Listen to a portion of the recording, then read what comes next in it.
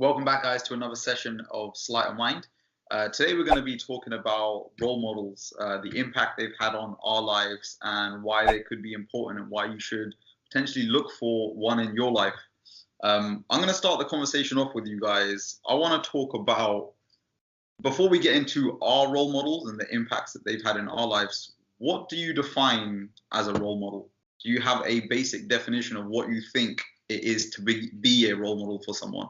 So I think for me, it's always someone who you kind of aspire to. Maybe you look up to in the sense that you want the characteristics that they have, or you how they present themselves or what they do kind of enlightens you. So enlightenment, or like anything that kind of drives you towards that, that's what I kind of find as a role model. You can have multiple role models. Some people only have one role model, so on and so forth. But that's kind of my sort of rounded definition of it.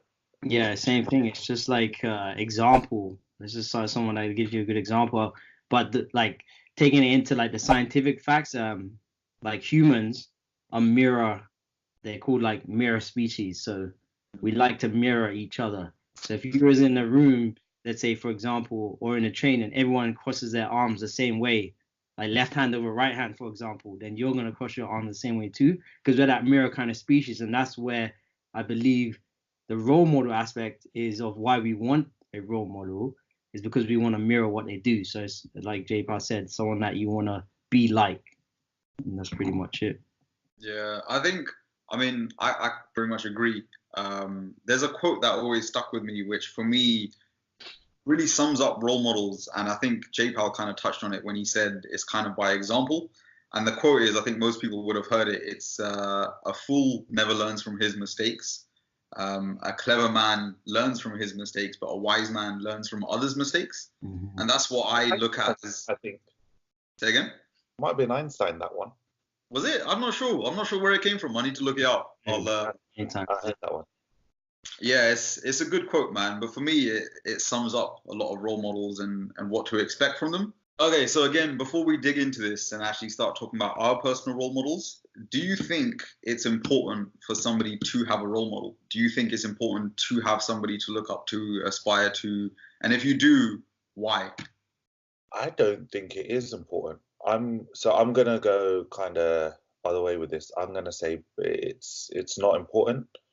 I feel if someone doesn't have a role model, it's either they're quite sure in the person they are, or they're happy with what they are, what they've achieved maybe.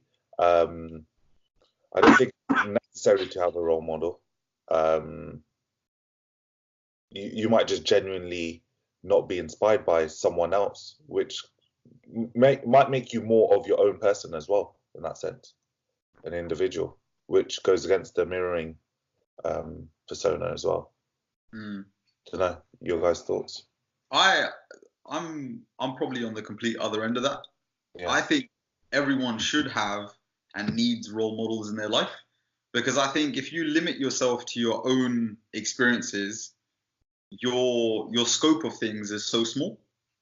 And I think it's a quote by Jay Shetty, and he says, like, you can't be what you can't see. And he's like, so you know, if you never saw a millionaire or a billionaire, you would never want to be that, because you don't know what that's like. And you could say the same about everything. And I think until you actually see someone in that position and can really visualize it, it doesn't really become real to you. And you may be underachieving in terms of your potential if you don't know what else is out there. That would be my sort of view on it. Yeah, I think like I'm in the middle. I'm more swaying towards the side of it's important to have one, but if you don't have one, that's okay as well. But the reason why I say that is I feel naturally everyone has a role model, even if they don't know it, or they perceive that they have a role model. The person that maybe J-Pa was explaining may not think they have a role model, or may not need to have a role model, but in some way, shape, or form, they are following a path, a footstep, a example of what someone else has done. So they may not say, oh yeah, this particular person is my role model, but from what they input in their brain, someone else has already done. So Yeah. it may be many, many, many things that conspire into what they want to achieve themselves. Again, a persona.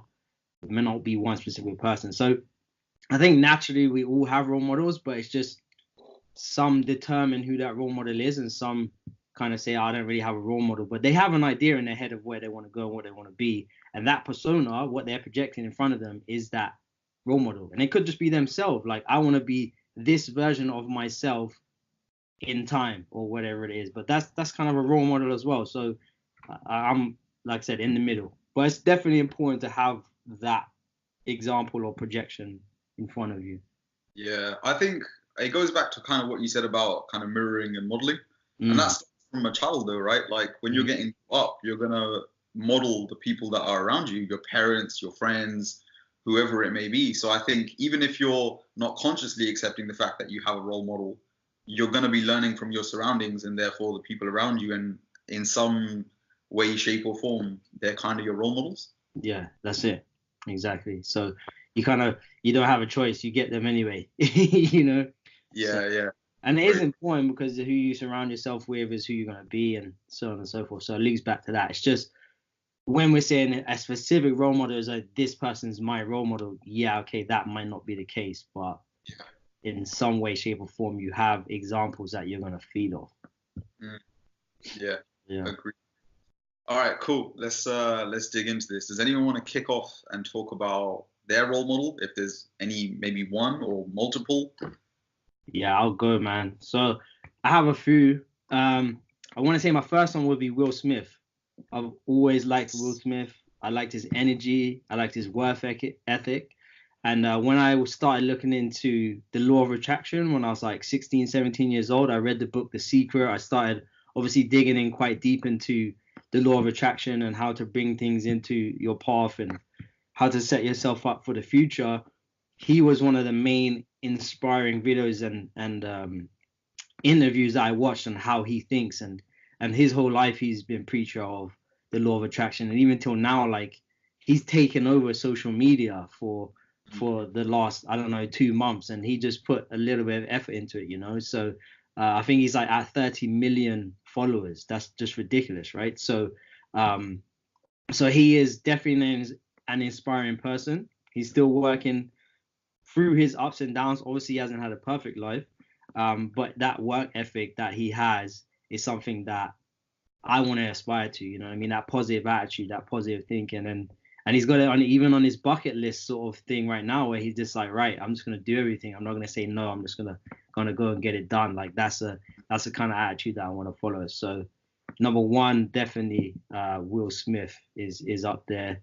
I guess another sort of role model for me would be Tony Robbins as well. Again, same attitude, the way he was brought up, you know, he came through hard times, and now he's able to pass that message on to everybody else. There's obviously a lot of other people that do that, but I believe that he was like kind of the first one or the number one that has spread it to the masses. And again, it's just his go get it attitude, you know, like, stop fucking around and go do it. You know what I mean? Don't say you're gonna do it, say it's done kind of attitude is what I aspire to, and I look up and I think about that every day. So those two are really my big role models for me. My parents, my mom is probably one of the biggest role models in my life, actually. I want to mirror exactly what she's done. She's a very successful woman by herself, you know. So she's always been my teacher without teaching. Obviously, she just parented me, and I'm the way I am because of the way she has been to me, and mentored me through the years. So now we kind of work together, because you always want to surpass your mentors. That's the reason why they're there, right? So now me and my mom, she still mentors me on a lot of things, and still will mentor me on a lot of things to come. But there's certain areas where I now have surpassed her, and we work together on things now. Or I show her things, you know. So my mom probably be the biggest role model in my life. Yeah.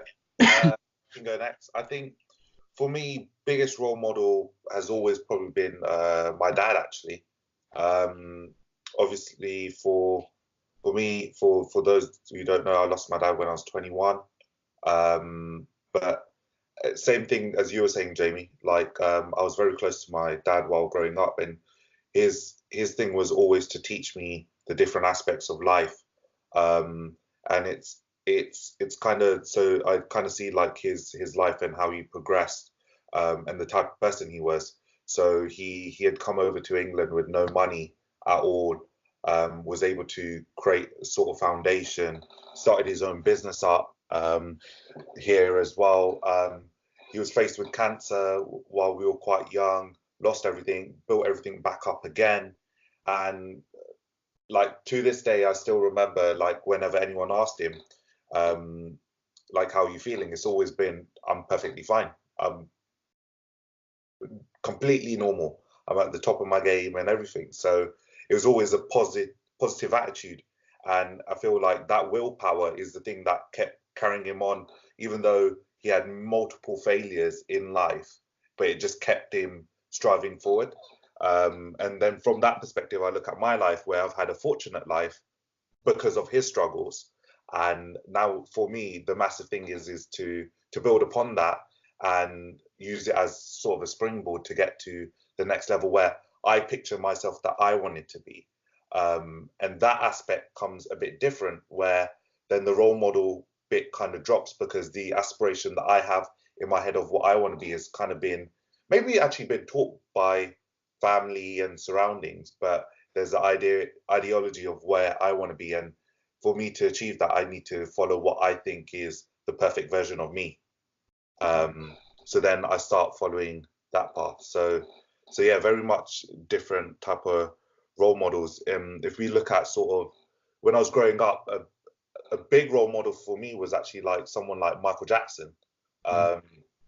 Again, work ethic was insane. Even though being highly talented, he was like in the studio, he was dancing consistently. Before he ever did any of like his dance moves, it would be 2 or 3 years in behind closed doors before they even reach like the public eye. But then when they come out, it looks like it's flawless and it's easy, but it's sort of that determination going through loads of different events, and just being able to push through, really. I was gonna say Michael Jackson too, so I'm happy you said that. Yeah, it's true. Another two guys, and I don't know their stories inside out, but it's people like Arnold Schwarzenegger and The Rock as well. And again, it mirrors kind of like Will Smith as well. All three of them kind of came to, well, they were in Hollywood and tried to make a name for themselves, and it was that initial struggle, and it was just the consistency of knowing what they wanted and keep pushing through with that and to get to where they are. So those kind of stories I always find inspiring, is the people who have come from nothing and made something. Because turning nothing into something is probably the best thing ever. So yeah, that's what I find aspiring to me and as a role model. Nice. For me, I think touching on a lot of similar ones that you guys have already mentioned. So for me, parents and grandparents have always been a big one. Again, going back to their backstories, me kind of very similar to J Power, how our kind of grandparents came here with nothing. I think starting from scratch and working your way and building the foundation and letting that grow for sort of generations to come is always pretty inspiring to listen to and see it happen, especially when it's people so close to you. Celebrities, again, a couple that you've already mentioned. Will Smith also would have been on mine. Tony Robbins, again, another big one. For me, a pretty recent one would be Jay Shetty. Massive one for me at the moment. He's a lot of the kind of wisdom he's been sharing when I discovered him in the last year and a bit ago, I think have massively changed the path that I've been on and the direction that my life has kind of been heading in. And again, I think it goes back to some of the things that you guys said in terms of like positivity, just their experiences about different cultures, different viewpoints, and how it widens our perspective on how we perceive things. I got a question for you guys. Do you think that there are any common traits that make a role model for people? Because I mean, we've all had our time now to share what we believe and what we think are our role models, and we've all come up with quite similar ones. Yeah. Like, what is it about those people that makes them role models for so many millions of people? So I think for me is two aspects, and we already talked about this, is the positivity nature. Yeah. Is that we've always seen them in a positive light. They would have obviously had their downtimes, but we've never been exposed to that. And we've always seen the positivity that they've had despite the adversity that they went through. Yeah. And I think that's a massive thing that you can kind of feed off as well, is that positivity in energy. The energy, exactly. Energy is the one. Energy. And those kind of role models have strong energies because they have strong personalities. And that is a kind of a feed for a human, like for ourselves. Yeah. So that's a massive one. One of many. Yeah. Yeah. I watched a pretty interesting podcast recently. Baxter, I know you watch it as well. It's one of Joe Rogan's he did with Kevin Hart. Mhm. Kevin Hart, actually, I find quite an inspirational figure as well. But they had a big segment in there where they were talking about recently how the cool thing to do or be online is negative. Like, if you're that negative person now, that's what's catchy, and it's what the media publicize on. Like, it's the negative headlines which tend to catch more eyes than the positive ones. I just think people like to see controversy. Yeah. The And thing they- about like, just look at the numbers, look at the ratio. Like a person could be exposed to 10 negative things versus 1 positive. You know what I mean? If they're in a neutral place and you're just sitting down, you're gonna get introduced to negative things more likely than a positive thing. Just because, like you said, Sanj, that's what the world is running on now. Like the news at 6. How many news channels are there?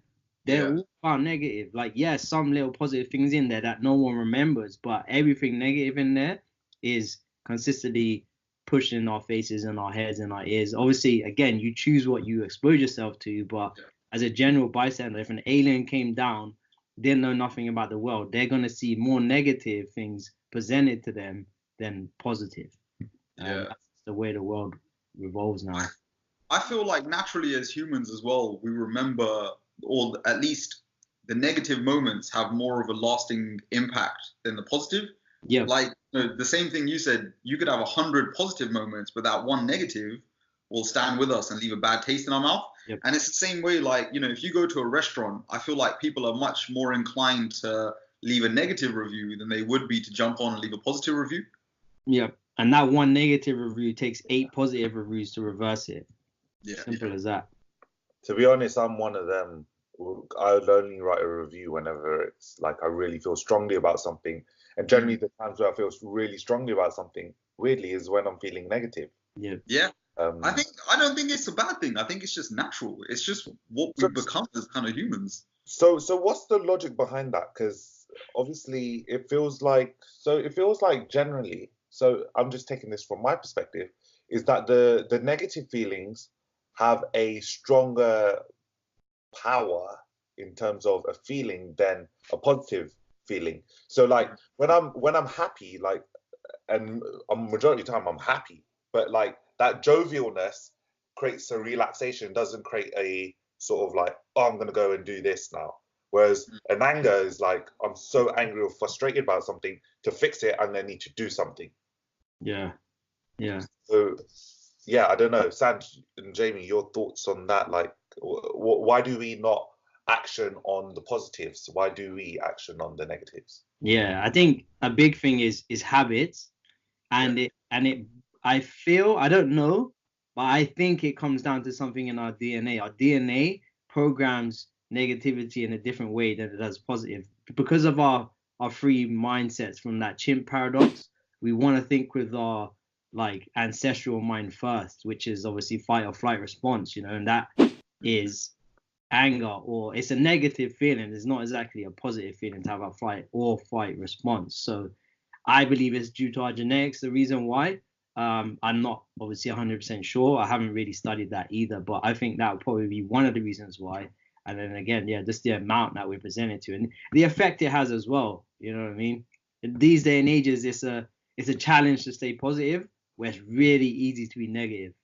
You know, like really easy. You know, like so. Again, it's a you could if I give an analogy, right? There's a packet of crisps which are bad for you, and then there's an apple which is good for you. You're more likely to easily go for the packet of crisps. I don't know why. You know what I mean?